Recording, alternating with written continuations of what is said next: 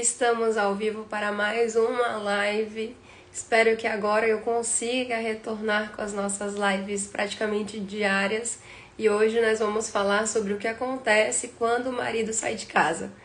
Eu estou com essa voz de taquara rachada porque estou me recuperando de uma gripe. Eu fiquei sem voz sexta e sábado, sem nada de voz. Estou me recuperando agora. E a gente vai falar de um assunto muito legal, que foi um tema de um atendimento que eu tive hoje pela manhã, que é o que acontece quando o marido sai de casa. Eu sei que vocês ficam muito ansiosas pelo retorno, eu sei que vocês ficam muito ansiosas pela resolução dessas questões de forma imediata, mas a gente vai tentar desvendar um pouco desses mistérios que estão por trás dessa demora, por trás desse sofrimento. Eu sei que não é fácil, eu acompanho vocês quase todos os dias, eu sei que não é fácil. E assim, antes da gente começar, eu quero dizer que eu estou com um problema de dificuldade de horários. Então, se vocês puderem me sugerir horários, porque o horário das 10 horas eu não estou conseguindo entrar. Até as 10 horas eu não consegui organizar minha rotina ainda pra gente começar a fazer as lives. Então, se vocês puderem depois nos comentários sugerir algum horário pra gente iniciar essas lives, pra mim, eu adoraria. Além disso, me contem como que foi a Páscoa de vocês. Comeram muito chocolate? Aqui eu tenho mais um meio quilo ainda de chocolate, eu acho. Vou ter que distribuir para as amigas, porque eu tô de dieta e o Heitor não pode comer. Meus amores, vamos lá. O que acontece quando o marido sai de casa? Eu acredito que vocês que me seguem aqui, todas compartilham, compactuam de alguma religião, de alguma crença religiosa. Então, se você tem uma religião, pode levar isso para o seu lado espiritual. Se você não tem uma religião, pode analisar tudo que eu vou falar aqui do ponto de vista simbólico, de um caráter poético, tá? Mas eu acredito que a maioria das pessoas que me acompanham aqui tem alguma religião, praticam alguma religião e vão se beneficiar do que eu estou falando nessa live, tá? Primeiro de tudo, o que é uma relação? Uma relação, vamos pegar por partes. Se você é casada, você tem uma relação matrimonial. Se você é mãe, você tem uma relação maternal com o seu filho. Se você é pai, você tem uma relação paternal com o seu filho. Se você é amiga, você tem uma relação de amizade com sua amiga. Se você é noiva, você tem uma relação de noivado com o seu noivo. E a cada tipo de relação, nós damos um nome, tá? Se você é funcionária, você tem uma relação de trabalho, de empregado ou de patrão e vice-versa, né? Então, para cada tipo de relação humana, nós temos um nome que serve para nos contextualizar na situação onde nós estamos no momento. E o que é uma aliança? Porque quando você se casa com o seu marido, além da relação matrimonial com ele, além da relação esponsal com ele, você tem uma relação que a gente dá o nome de aliança. O que é essa aliança? Essa aliança é uma relação que o casal tem com Deus, tá? Com Deus. Você não se casa somente com o seu marido, você se casa com o seu marido, mas você assume também uma aliança com Deus. É assim em todas as esferas da vida. Na religião católica, nós temos diversas vocações, onde todas essas vocações assumem uma aliança com Deus. O sacerdote, ele tem uma aliança com Deus, onde é única e exclusivamente com ele não se pode se casar. As moças religiosas têm uma vocação com Deus também, uma relação, uma união, onde elas não podem se casar. Existem também os leigos celibatários que têm uma aliança com Deus. E com as pessoas que têm vida matrimonial não seria diferente. Não faria sentido você se unir somente com seu marido e estar abaixo da vida religiosa, entende? É claro que a gente tem um grau de hierarquia nas coisas, mas você também tem uma aliança com Deus. O que acontece quando seu marido resolve sair de casa. O que acontece quando ele sai debaixo do seu teto, tá? Debaixo, porque assim, ó, se você mora com seu marido, se você tem uma aliança com o seu marido, se vocês dois comungam com Deus, se vocês dois estão em estado de graça, então quanto maior estado de graça, maior a graça onde vocês se encontram, entende? Mais abunda a graça de Deus naquele lar. Então, se você é casada com seu marido e tem uma aliança com Deus, a casa onde você habita é lugar de aliança. O lar onde você mora é lugar de aliança. Quando seu marido resolve largar tudo para sair de dentro da sua casa, ele não larga só você e seus filhos.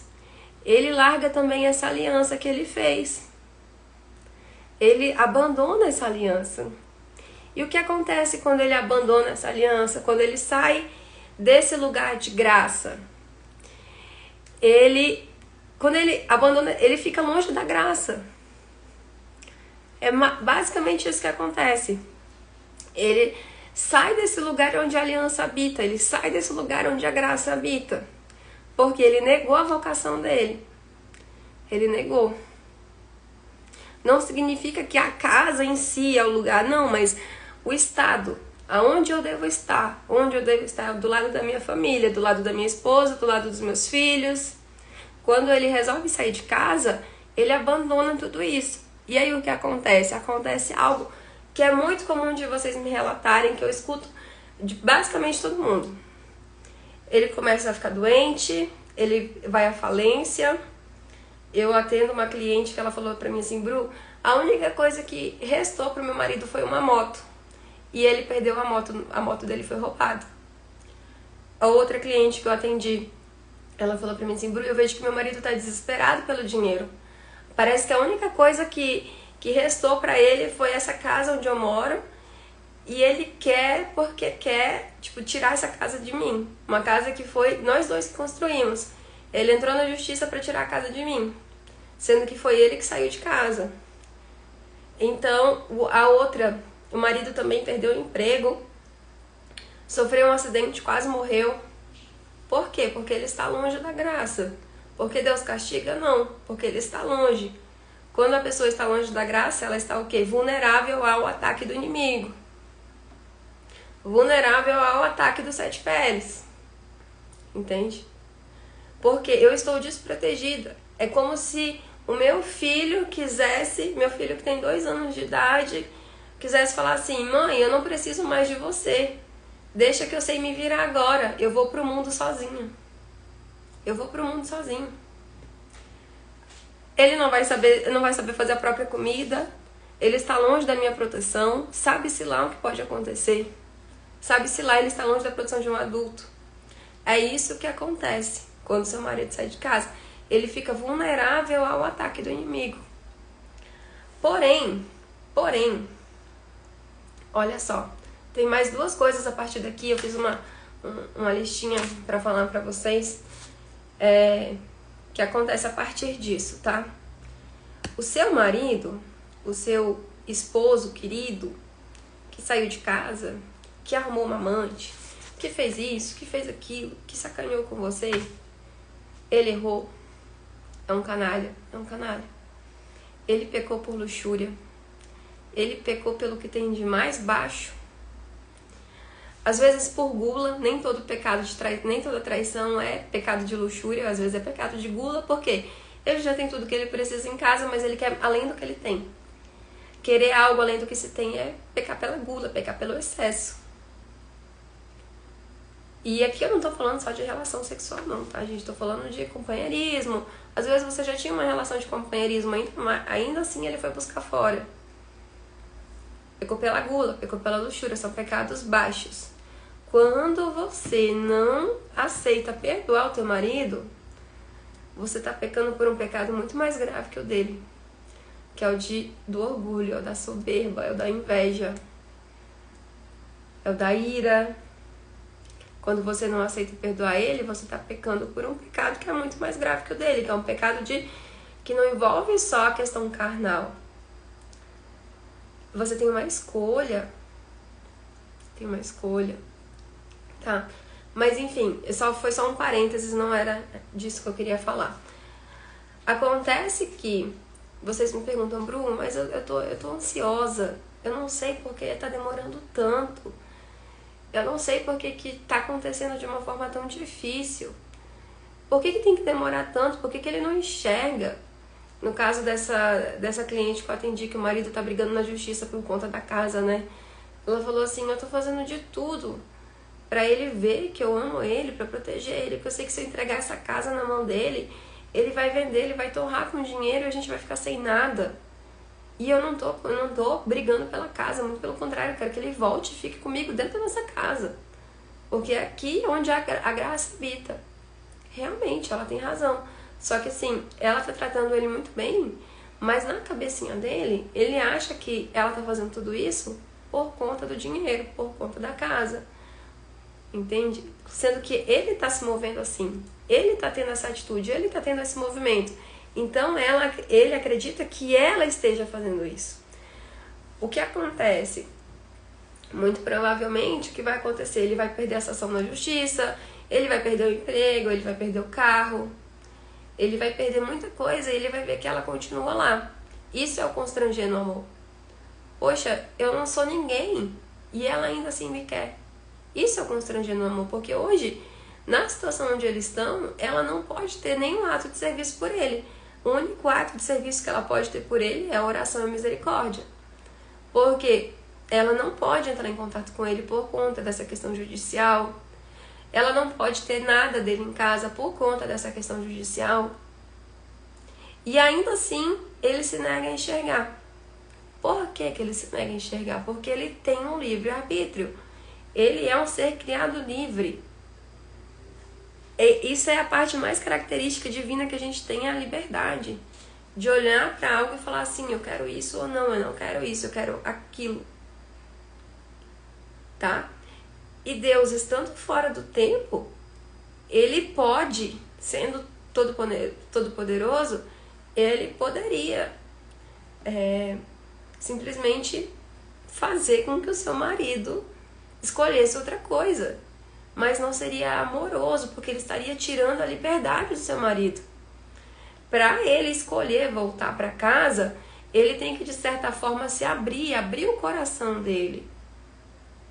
Ele tem que se deixar quebrantar.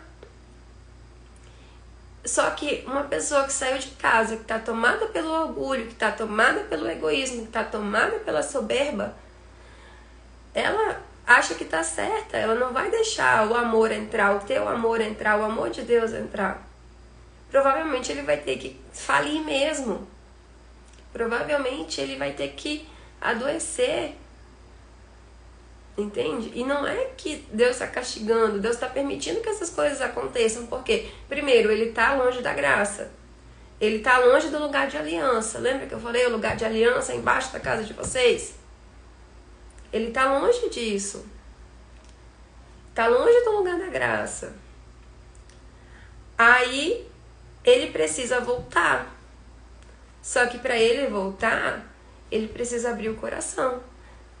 Ele está vulnerável ao ataque do inimigo. Deus permite isso para que ele se aquebrante. Isso leva tempo. Isso leva tempo. Isso precisa de muito choque de realidade.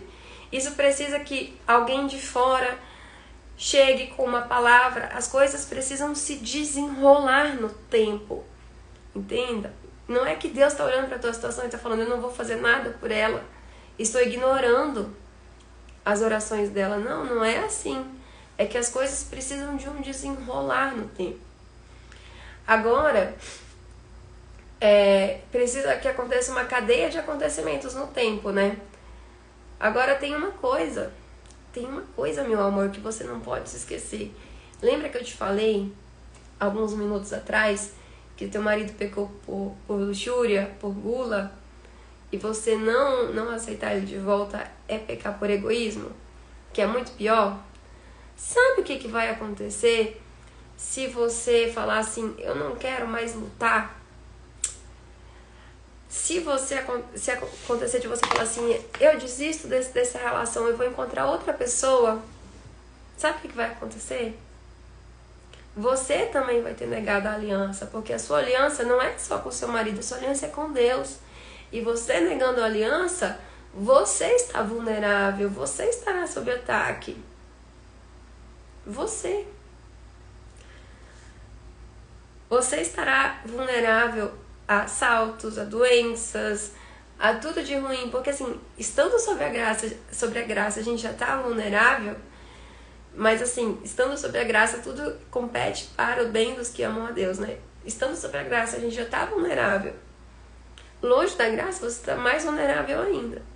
Então, quando você escolhe abandonar o seu lugar de esposa, e eu não estou falando que necessariamente você vai precisar aceitar ele de volta, não. Você pode continuar casada sem aceitar ele de volta. É uma escolha sua. Isso se chama separação de corpos. Mas a partir do momento que você escolhe colocar outra pessoa na tua vida, escolhe negar o teu casamento, escolhe negar a aliança, aí você está pecando um pecado muito maior que o dele. E você vai se colocar nesse lugar de vulnerável, tá? Você pode ver as pessoas que são fiéis à aliança, que são fiéis a Deus, elas têm uma vida longa, elas têm uma vida que pode não ser próspera de bens materiais, mas parece que tudo pra ela tá bom, tudo pra ela dá certo, tudo pra ela é gostoso, é uma pessoa alegre. As coisas pra ela dão certo, todo mundo conhece o caso, tem um pai, tem um tio, tem um primo, tem um avô que traiu, que saiu de casa, que abandonou a família, terminou a velhice quase na sarjeta. Só não terminou na sarjeta porque Deus é muito misericordioso, porque tem alguns filhos que cresceram, que cuidaram, mas todo mundo conhece um caso assim. O homem tinha tudo para ser bem sucedido, tudo para ser bem sucedido. Aí saiu de casa, se jogou na bebida, foi para um monte de desilusão, se jogou no cigarro, nas drogas, entende? Porque ele está vulnerável. E aí a esposa lá, cuidando dos filhos, um monte de filho, lutando dia e noite, mas conseguiu. No final da vida, ela chega na velhice com a sua casinha, com a sua aposentadoriazinha, mas tá tudo bem. E o homem não, ele tá lá. Os filhos nem gostam. Quem não conhece alguém assim?